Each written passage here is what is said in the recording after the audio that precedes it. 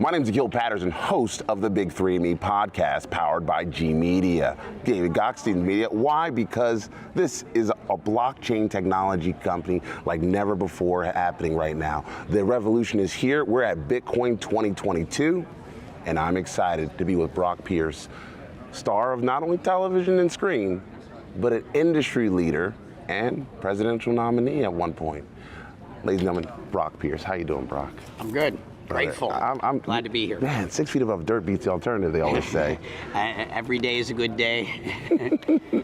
So, like, you've got this amazing life story spanning over, 30 years in industries, both professional business and television and film. When you made that transition from your first career into the business sector, you were relatively still a young guy. What was that like entering something and having to raise millions of dollars and really power yourself up into that next phase in life? Well, I didn't know anything else. So to be, clear, it's, I guess I grew up as an actor, and so I lived somewhat in a world of make-believe. And so I was naive enough to not realize the limitations that typically exist in this, reality. And so I went to start my first business when I was 16, 17 years old, mostly because I didn't know I wasn't supposed to be able to. But that's generally entrepreneurship in general. Yeah. Being an entrepreneur requires a certain level of naivety.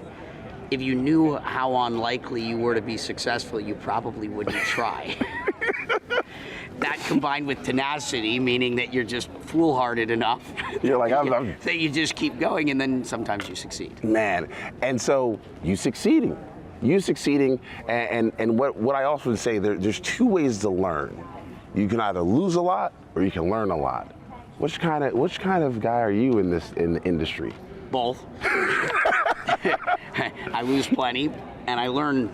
It's called paying tuition, right? That you're always going to lose in the beginning, because there's no amount of planning that you can really do if you're trying to be on the forefront of innovation. If you're trying to build things that don't exist, there's no amount of planning that is going to show you what or how to do it. You really can only learn by doing, right? And doing, you're losing and learning, and eventually, if you navigate, well enough, you may achieve some degree of success, whatever your definition of that is. Well, you're achieving success right now, and most people aren't even aware of what the gratitude that they really owe you in so many ways is that you've helped Puerto Rico become one of the most Bitcoin-friendly, crypto-friendly places in the world. And they don't know. I mean, tell folks about guys, it wasn't an overnight success like we were saying before. Like, you don't just show up and Bitcoin's adopted and it's a tax savings and everything. You had to work. You had to put in a lot of time. Well, in the beginning, it wasn't work. I discovered Puerto Rico as a teenager, and I fell in love with the place. So it was just kind of always in the back of my mind. There's this amazing place called Puerto Rico, and I need to go back there. And then in 2013, I went to start a business there. And so I've been working there for nearly a decade, 8-9 years. And then I moved there about 5 years ago. And so, there's often this perception of overnight success. It's never overnight. It's never overnight. It's normally a long, bloody, sweaty. You take a couple licks in between. Hard road. But it's from my vantage point, Puerto Rico is the intellectual capital of the world. Really? Right. It's where the smartest people I know are. I'd say where we are right now, Miami, this is the current capital of the world. Because the smartest people just showed up. Generally speaking.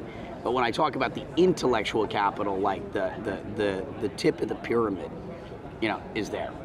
The smartest people I know, it's not like in the same numbers, tens of thousands or hundreds of thousands of people are moving to Miami. The numbers are actually fairly small in Puerto Rico, but the quality is, it's the cream of the crop. Top notch.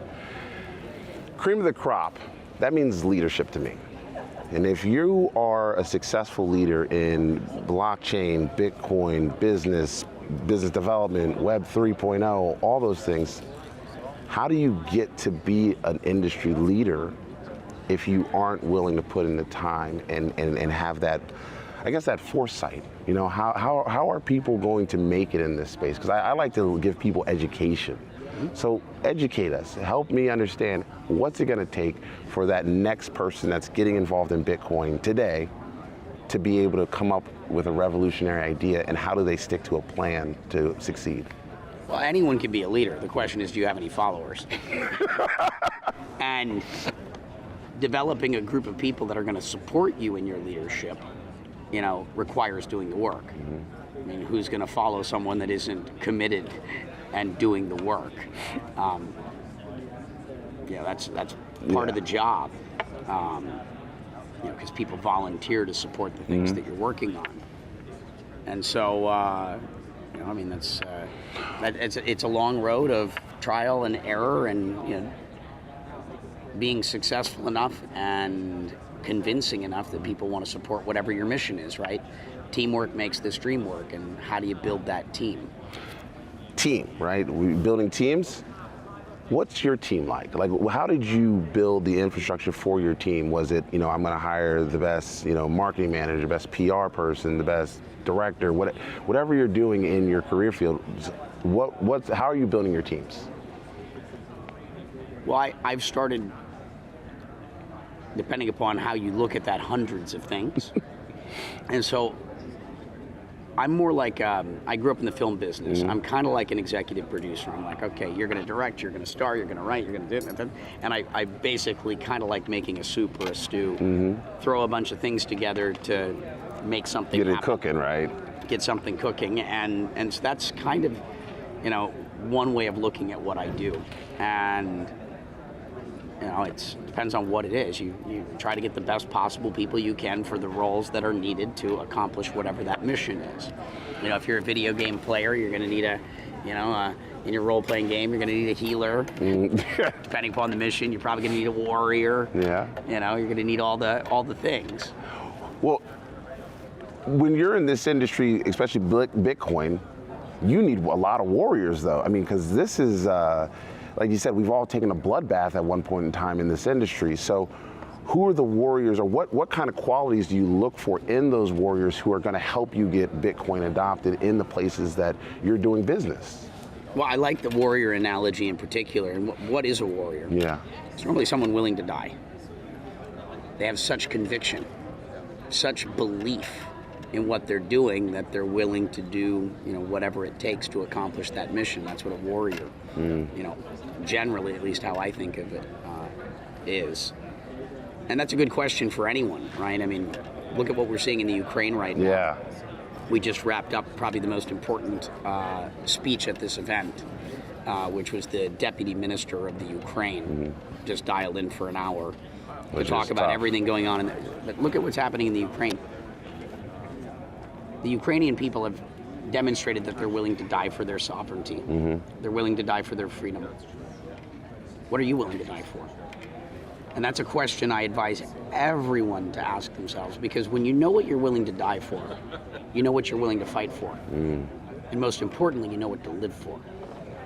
And that becomes the foundation, like, of, you know, that you build your life upon. And I think too many of us don't have a belief system with that level of conviction. And it'll change your life, because then it's your North Star. It's your sort of guiding light. Like, what am I here to do? I'm about to follow you into the wood. Like, what's my purpose? Yeah, where's Braveheart? I'm about to go and, like, come on, let's go. Yeah, let's go. I'm ready. And by the way, freedom, Bitcoin is freedom, right? Yeah. Right? This is, I mean, it's the same conversation. Like, you know, is freedom something worth dying for? And we're seeing that. I mean, that's what I think what most of us here at this conference have in common. That we believe in freedom enough that we're willing to see outside of the reality as it's been presented to us, right? We've seen beyond the veil, or, you know, we've stepped out of the matrix and we've started to question reality.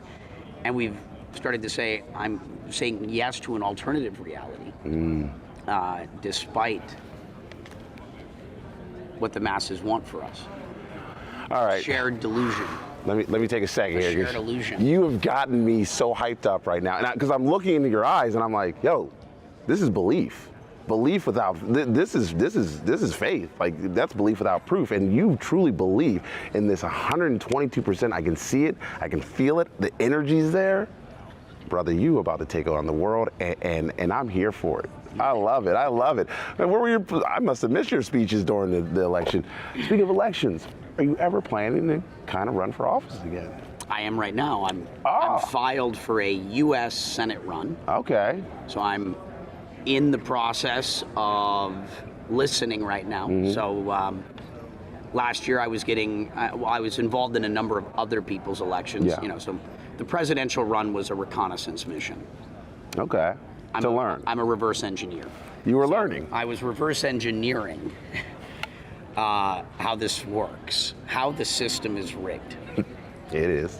Oh, yeah. I was a lobbyist for a decade in DC. I tell you, it's rigged. So I did my reconnaissance mission, did my reverse sort of engineering. Last year, then I worked on a number of other people's campaigns and began prepping the next move, which is a senatorial run, and getting my house in order, getting, you know, now campaign team infrastructure in place for round 2, now that I've learned a lot. This last quarter has been about talking to as many people in Vermont as I know, just going around and asking and asking and asking and understanding the issues and trying to build consensus. You know, am I crazy to give up my Puerto Rican tax status? You know, am I crazy to go do all of this to go, you know, attempt to be a U.S. Senator to represent us and to represent the state of Vermont? And 100% of the people I've spoken to said, absolutely, we need you. You're the best possible thing that could happen for the state. Now I've opened up those conversations into a listening tour to talk to business owners and town halls and as many people publicly as I possibly can in this continual consensus building, making sure this is something that we collectively want to have happen. And, you know, you know, I mean, if Vermont wants someone that's lived there for 50, 60, 70, or even 80 years that knows it like the back of their hand, that's not me. I'm only 41. You know, but you know, let's bring that average age down though in the Senate. It's like a bunch of 78-year-old people going, blockchain's bad. And you're like, well, you don't know how to use it. You don't know how to use it. I mean, they're still like showing the internet going, well, the internet's this box that I go to my house and my wife turns on once a week with this power cord out of it. Let's bring down that age, and I hope that you can help us and help them and help the American people get on board with Bitcoin and blockchain. Brock, I thank you so much for taking this time. I feel the energy, I feel the love that you have for the people in this community. Thank you so very much. Ladies and gentlemen, my name is Akil Patterson, host of The Big Three, and me with Brock Pierce. Make sure you check us out here at G Media. Have a great day and an even better tomorrow.